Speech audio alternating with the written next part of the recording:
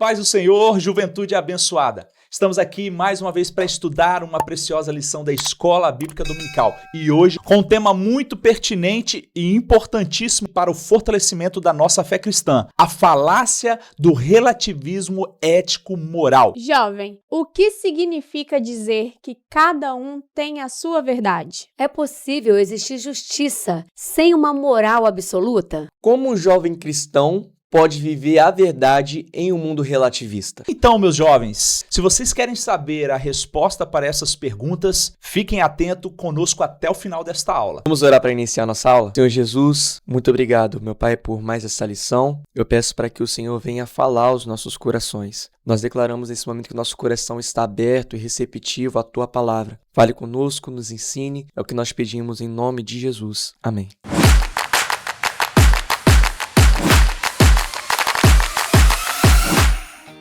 A paz do Senhor, jovens. A nossa leitura bíblica em classe se encontra hoje em Isaías 5, do versículo 20 até o 23, e Romanos 1, do versículo 21 até o 25. Então pegue sua Bíblia e vamos ler juntos. Isaías 5, 20. Ai dos que ao mal chamam bem, e ao bem mal, que fazem das trevas luz e da luz trevas, e fazem do amargo doce e do doce amargo. Ai dos que são sábios aos seus próprios olhos e prudentes diante de si mesmos. Ai dos que são poderosos para beber vinho e homens de poder para misturar bebida forte, dos que justificam ao ímpio por suborno e aos justos negam a justiça. Agora, Romanos 1, 21. Porquanto, tendo conhecido a Deus, não o glorificaram como Deus, nem lhe deram graças. Antes, em seus discursos se desvaneceram e o seu coração insensato se obscureceu. Dizendo-se sábios, tornaram-se loucos. E mudaram a glória do Deus incorruptível em semelhança da imagem de homem corruptível, e de aves, e de quadrúpedes, e de répteis. Por isso também Deus os entregou à concupiscência de seus corações, à imundícia, para desonrarem seus corpos entre si. Pois estes mudaram a verdade de Deus em mentira, e honraram e serviram mais a criatura do que o Criador, que é bendito eternamente. Amém. Então, jovens, essa foi mais uma leitura bíblica em classe. Que Deus abençoe vocês.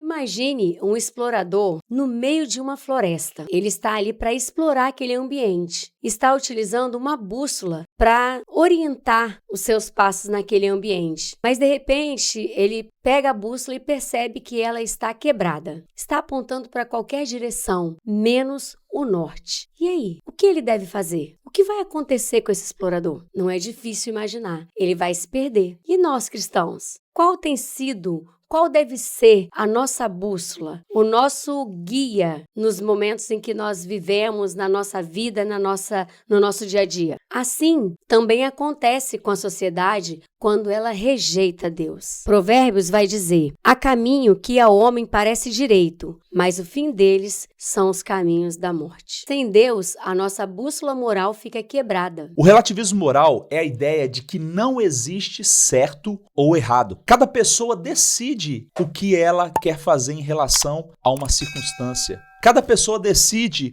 o que é certo para si mesmo. Segundo essa visão, não existe verdade universal. Tudo depende da cultura, da opinião ou do seu estado de espírito. Hoje é comum ouvir frase como: cada um tem a sua verdade. Se é bom para você, então tá tudo certo. Para mim não é. Ninguém pode julgar o outro. Entretanto, o cristianismo, meus jovens, ensina que a verdade moral ela é objetiva e ela tem a sua origem em Deus. Jesus declarou em João 8,32: conhecereis a verdade e a verdade vos libertará. Vamos então explorar este assunto muito atual e que tem gerado grandes discussões e até mesmo tirado muitos cristãos da presença do Senhor por darem ouvidos a falácias do relativismo ético-moral. E é por isso que precisamos entender sobre a subjetividade ética, que é quando o relativismo moral domina o pensamento de uma sociedade. A ética passa a ser tratada como uma questão de preferência pessoal ou da opinião da maioria. Nesse cenário, cada indivíduo se torna sua própria autoridade moral e passa a decidir por si mesmo o que é certo ou errado. A Bíblia, porém, alerta que o coração humano é enganoso, mostrando que os nossos sentimentos e opiniões não são fundamento seguro para determinar a verdade. Quando a moralidade é baseada apenas em gostos individuais, torna-se difícil de distinguir justiça de injustiça,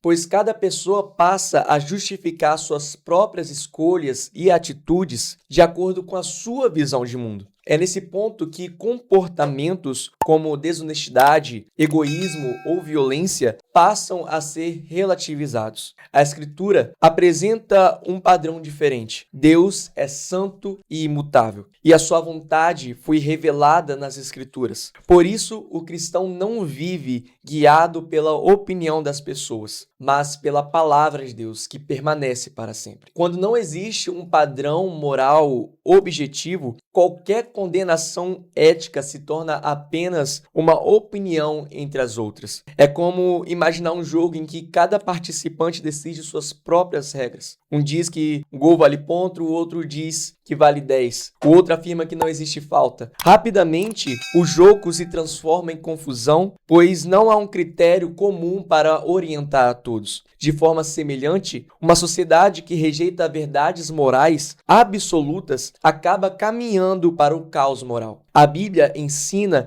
que quando o ser humano se afasta de Deus, sua mente se torna obscurecida e sua compreensão moral se enfraquece. Por isso, mesmo quando o mundo declara algo como certo, o cristão precisa sempre perguntar: o que Deus diz sobre isso? Somente o padrão moral revelado por Deus pode orientar corretamente a vida humana e preservar a verdadeira justiça.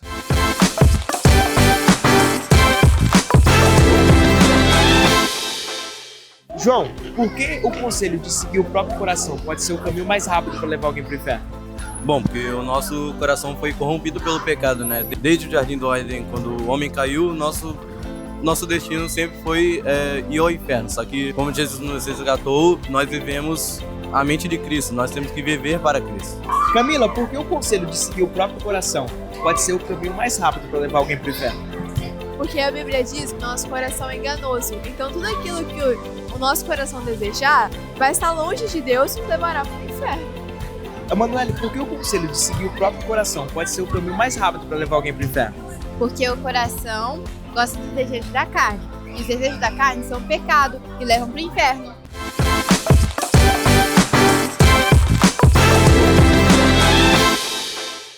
A subjetividade ética é um dos pilares do relativismo moral. E ela está baseada em dois fundamentos: a moral como expressão de sentimento. Para um subjetivista, dizer roubar é errado é equivalente a dizer eu não gosto de roubar, ou roubar me causa um sentimento negativo. Não existe uma propriedade maldade intrínseca ao ato de roubar para essa pessoa que é um subjetivista. O valor moral é projetado pelo sujeito sobre o objeto. O segundo fundamento é a negação de verdades universais. Diferente do objetivismo que diz que a moral é como a matemática, onde 2 mais 2 é igual a 4, uma ciência exata, em qualquer lugar do mundo, o subjetivismo ele vai afirmar que dois indivíduos podem ter opiniões diferentes sobre o mesmo assunto e os dois estarem certos. Não há um padrão externo, como Deus, a natureza ou a razão pura, que possa arbitrar quem está com a verdade neste caso. Um exemplo prático: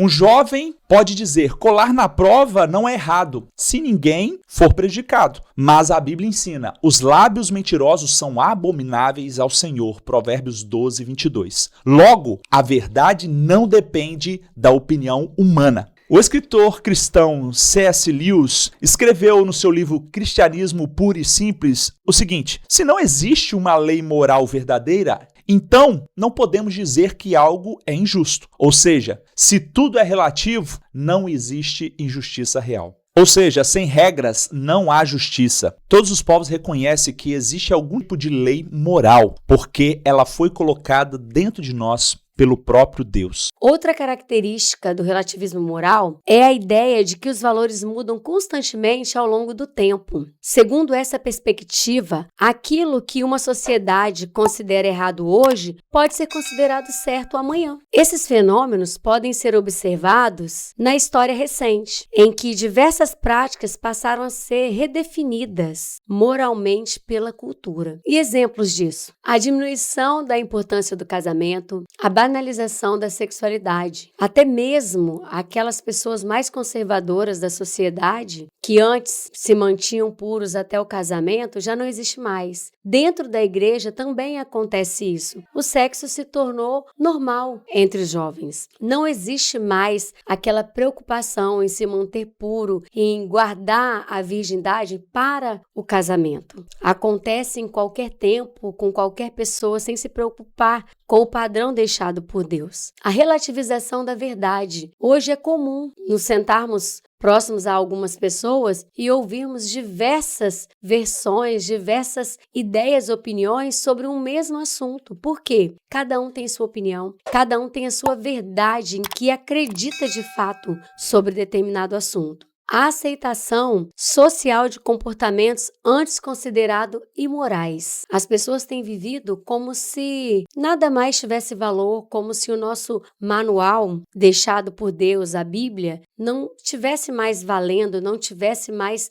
tendo a importância que ele tem. A mudança de valores nos leva ao esvaziamento do conceito do que é pecado. O que antes era claramente considerado pecado, como adultério, mentira, avareza, hoje é rotulado com termos mais suaves. Essas práticas agora são vistas como estilo de vida, autenticidade ou apenas uma expressão pessoal. Essa maquiagem linguística leva à perda do temor a Deus e ao esvaziamento do conceito bíblico do que é pecado.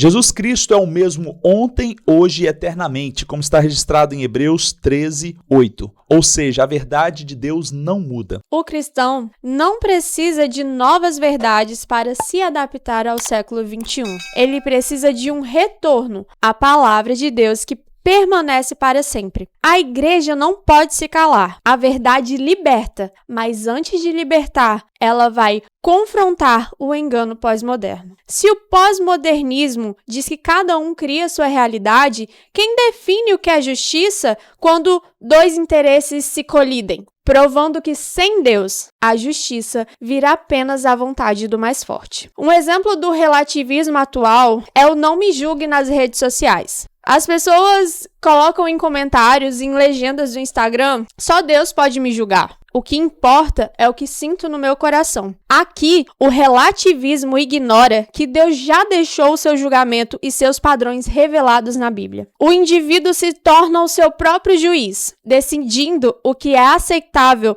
com base no seu bem-estar momentâneo. O pós-modernismo usa maquiagem nas palavras. O eufemismo, ele muda os nomes das coisas para que o pecado pareça menos grave. Onde vemos a traição ou a infidelidade virando poliamor ou um relacionamento aberto. Nós vemos rebelião contra princípios bíblicos virando desconstrução ou libertação. O relativismo aqui tenta mudar a realidade, mudando apenas o rótulo. Nas redes você é livre para pensar o que quiser, desde que não afirme que exista uma única verdade absoluta, Jesus Cristo. Mas em Hebreus 13:8, a Bíblia afirma que Jesus é o mesmo ontem, hoje e eternamente. Ou seja, a verdade de Deus não muda.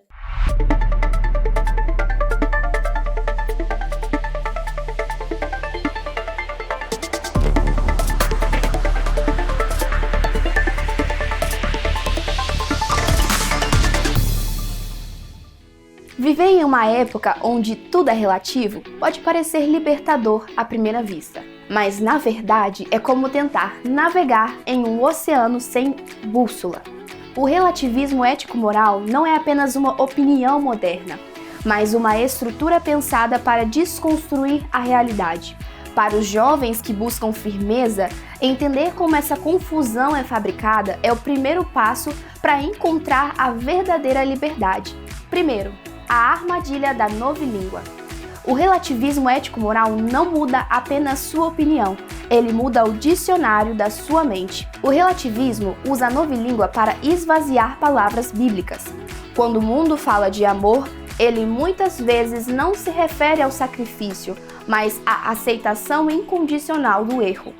Quando fala de liberdade, não é o poder de fazer o que é correto, mas o desejo de seguir impulsos. Se o significado das palavras é controlado, a forma como as pessoas pensam também é moldada. Não se deixe enganar por rótulos atraentes. A verdade não é uma construção social, é uma pessoa, Jesus Cristo, e sua definição de amor e liberdade é a única que realmente liberta. Segundo, o nominalismo, onde tudo começou. A ideia de que cada um tem a sua verdade nasceu de um conceito filosófico antigo chamado nominalismo. No século XIV, Guilherme de Ockham sugeriu que as palavras são apenas nomes e não representam uma essência real criada por Deus. Por que isso importa hoje? Porque se o nome homem ou família não tem uma essência fixa dada pelo Criador, o ser humano sente-se no direito de redefinir esses conceitos como quiser.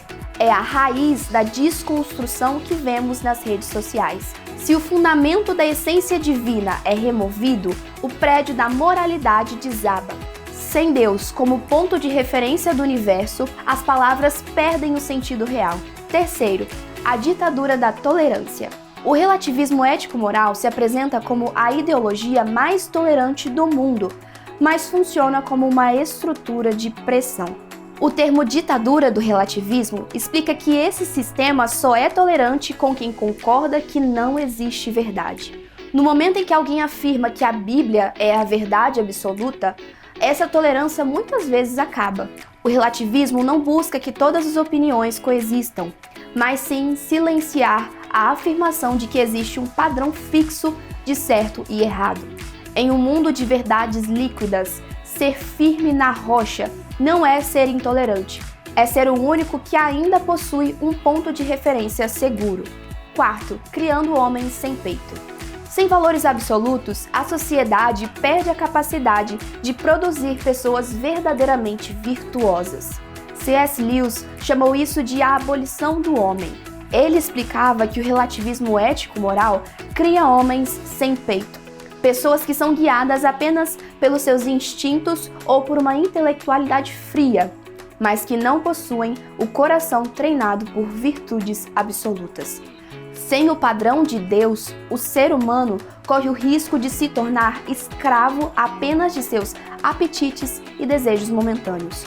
A moralidade bíblica não é um conjunto de regras para limitar você, mas a proteção que garante que você continue sendo quem Deus te criou para ser. Quinto, o caminho para o sem lei. O relativismo ético-moral atua como uma preparação para sistemas que ignoram a autoridade divina. Biblicamente, existe a figura do homem da iniquidade, que significa que ele vive sem lei. O relativismo é o treinamento das massas para que percam a noção de autoridade divina e absoluta. Quando uma sociedade deixa de acreditar em leis morais fixas vindas de Deus, ela fica vulnerável a aceitar sistemas que definem sua própria moral de acordo com interesses humanos. Defender a verdade absoluta hoje é um ato de resistência espiritual contra a confusão que tenta afastar as pessoas do plano original do Criador. O relativismo ético-moral promete um paraíso onde cada um faz o que quer, mas entrega um deserto de solidão e caos emocional. O céu é o nosso verdadeiro lar, justamente porque lá a verdade não muda, ela é o caráter de Deus. Enquanto a terra vive na confusão de ideias que flutuam, nós escolhemos a firmeza da palavra que permanece para sempre.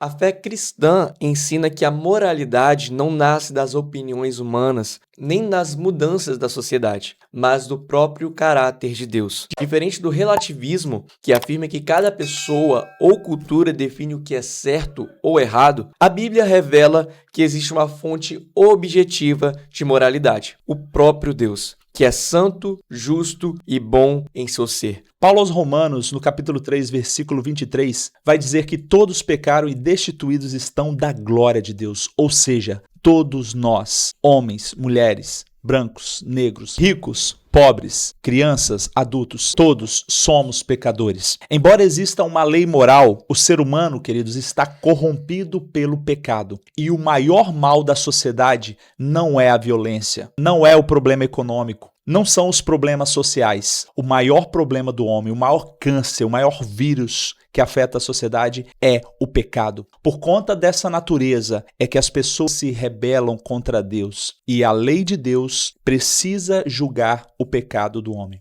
O ser humano distorce a moral, tenta justificar o pecado, redefine o que é certo ou errado para tentar encobrir os seus erros. Esse processo explica por que a sociedade frequentemente rejeita os padrões de Deus. Em Provérbios, capítulo 14, versículo 12, diz: há caminhos que para o homem parece direito, mas o fim deles são caminhos de morte. O mundo pós-moderno prega: siga o seu coração, como se os sentimentos fossem a bússola da verdade. Porém, biblicamente, o coração é enganoso. E vemos isso em Jeremias 17, versículo 9, que diz: enganoso é o coração, mais do que todas as coisas, e perverso. Quem o conhecerá? O relativismo nasce justamente porque o homem caído quer ser o seu próprio padrão de justiça. Na queda, o homem não apenas desobedeceu, ele tentou ser como Deus, decidindo por si mesmo o que é bem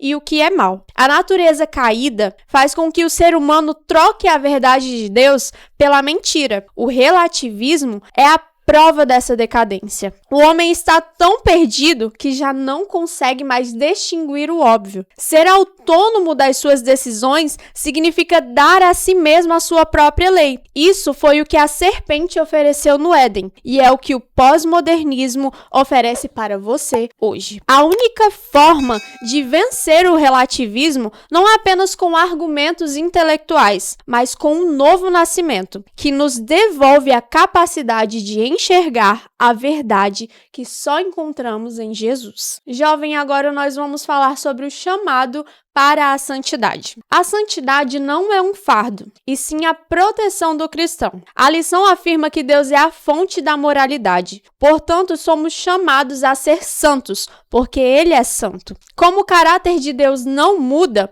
o padrão de santidade também não mudou. O que era santidade no primeiro século continua sendo santidade hoje. Nós, a igreja, não podemos atualizar a santidade para tornarmos mais atraentes. Santidade é um padrão estabelecido pelo Criador, não uma votação da Assembleia ou uma tendência do Instagram. Então, jovens, mesmo vivendo num mundo relativista, nós precisamos viver em santidade, porque esse é um chamado do nosso Deus. Nós não podemos nos conformar com esse mundo, mas nós precisamos transformá-lo com a nossa vida santa, por meio do nosso testemunho. Mas e se alguém pedir a você a razão da sua esperança? Como você deveria responder? Então, seja um amigo de verdade, não um fiscal de erros. O relativista geralmente tem medo do autoritarismo. Mostre a ele que, sem uma verdade absoluta, sem Deus, não há proteção para o indivíduo, para o ser humano. Ficamos à mercê da vontade de quem estiver no poder, seja um ditador, a maioria no YouTube, no Twitter ou até mesmo no governo. O absoluto de Deus é, na verdade, a única garantia da sua liberdade. Para concluir nossa aula, vamos pensar. No mar do relativismo, o cristianismo é uma ilha de verdades absolutas.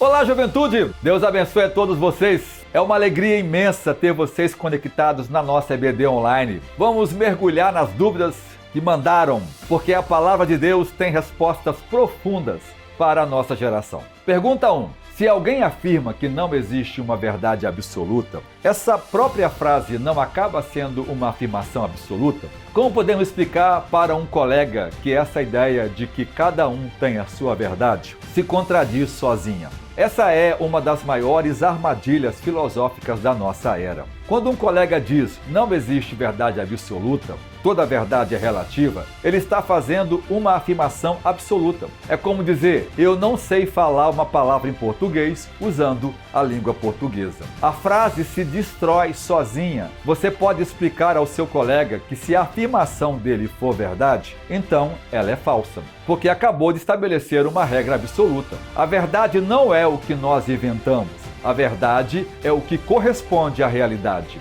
Quer a gente concorde com ela ou não? A segunda pergunta, por que mesmo as pessoas que defendem o que é certo e errado dependem da opinião e mudam de ideia quando são vítimas de uma injustiça? O fato de todos nós sentirmos que algumas coisas são erradas não prova que existe uma lei moral que não fomos nós que inventamos. Um grande pensador cristão explicou isso perfeitamente. As pessoas podem até dizer nos debates que o certo e o errado são apenas opiniões culturais. Mas experimente furar a fila na frente dessa mesma pessoa ou roubar o celular dela e imediatamente ela vai gritar: isso não é justo. Mas espera aí, se a moral é só uma opinião, por que ela está apelando para um padrão de justiça que ela espera que você também siga? Esse grito por justiça prova que existe uma lei moral gravada no coração humano. E se existe uma lei, existe um legislador. Nós não inventamos essa lei, nós fomos criados com ela. Terceiro, como o jovem cristão pode mostrar que a verdade de Deus é a única garantia de liberdade real, sem parecer alguém autoritário ou intolerante diante de amigos que acham que cada um deve criar as suas próprias regras? O mundo acha que a liberdade é fazer tudo o que dá vontade, mas pense no trem. Ele foi projetado para andar nos trilhos. Se o trem decidir ser livre e sair dos trilhos, ele não ganha liberdade, ele descarrilha, tomba e nunca mais sai do lugar. A verdadeira liberdade não é a ausência de regras, é operar dentro do desenho para qual fomos criados. A verdade de Deus, que são os trilhos, não é uma camisa de força, é a única estrutura que nos permite avançar e viver nosso propósito máximo. Não precisamos ser arrogantes ao falar isso, basta mostrarmos com amor que o jeito do mundo sempre termina em escravidão, vícios, ansiedades e vazio existencial, enquanto o caminho de Cristo traz a verdadeira paz. Deus abençoe você!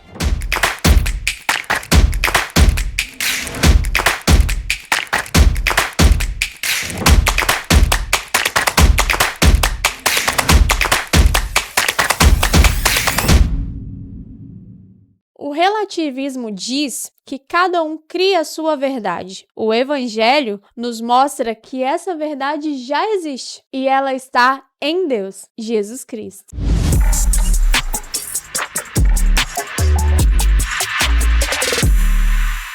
E agora chegou o nosso momento tão especial, o momento de honrar a Deus com as nossas finanças. E eu quero te convidar a não fazer isso com pesar, mas com coração alegre, reconhecendo todas as benesses que Deus tem nos feito. Abaixo temos a nossa conta bancária e o nosso Pix.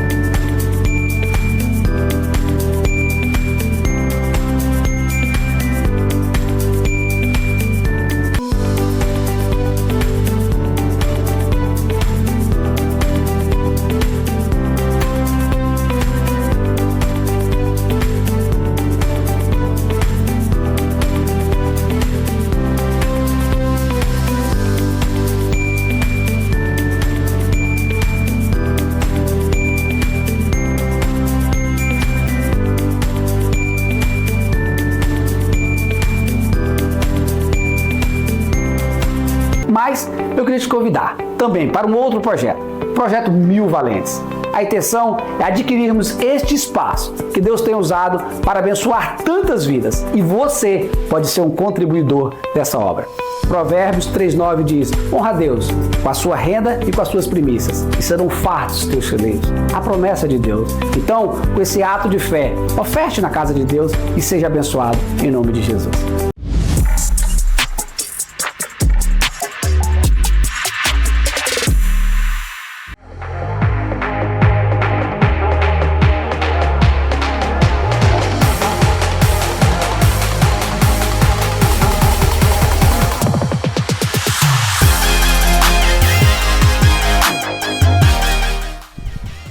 E aí, jovens, tudo bem com vocês? Estamos aqui para o nosso quiz, para ver se você realmente compreendeu o assunto da aula de hoje. Então vem comigo para a nossa primeira pergunta, que é a seguinte: o relativismo moral redefine a verdade como a correspondência objetiva com a realidade, B, construção cultural e variável conforme o contexto, C, expressão direta do caráter imutável de Deus, ou D, princípio universal válido em qualquer situação. Vamos lá, tempo na tela.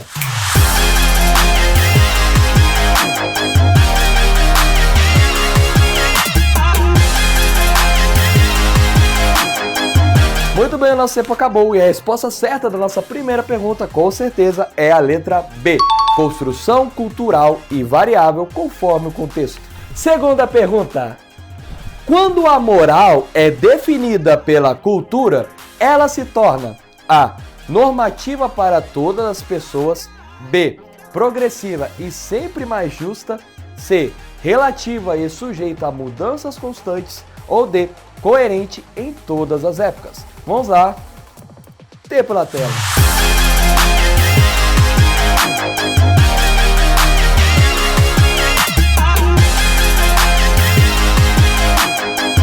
Muito bem, olhando aqui para a minha loja, parece que nossos 10 segundos já se esgotaram. E se você colocou a letra D, coerente em todas as épocas, eu sinto lhe dizer que você errou, meu jovem, porque na verdade a resposta certa é a letra C, relativa e sujeita a mudanças constantes. Terceira pergunta. A distorção moral humana à luz bíblica decorre A, da natureza corrompida pelo pecado, B, da limitação natural da razão humana, C, da influência do meio social, ou D, da ausência de sistemas morais definidos. Vamos lá, responde no chat.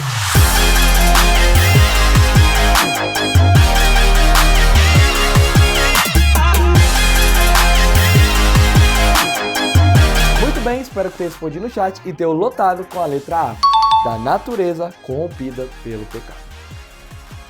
Quarta pergunta.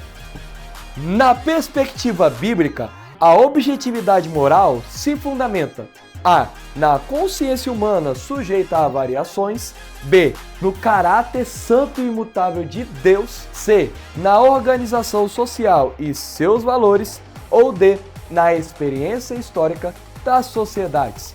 Vamos lá, você já sabe.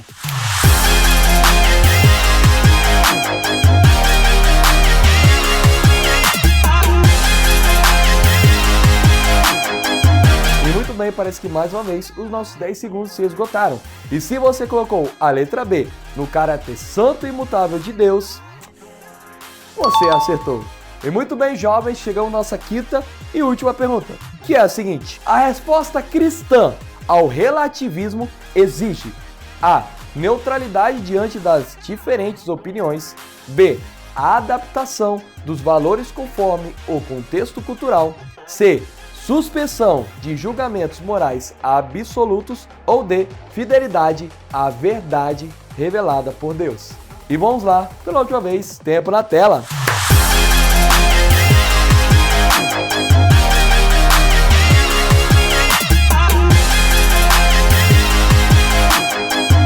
E muito bem, parece que pela última vez o nosso tempo acabou. E aqueles que acertaram a última pergunta foram aqueles que colocaram a letra D de Deus. Fidelidade à verdade revelada por Deus. E muito bem, jovens, esse foi o nosso quiz de hoje. Espero que vocês tenham compreendido um pouco mais do assunto da aula e também tenham acertado cada uma das 5 perguntas. E com certeza vocês acertaram, já que são alunos nota 10. É isso, fiquem na paz e tchau!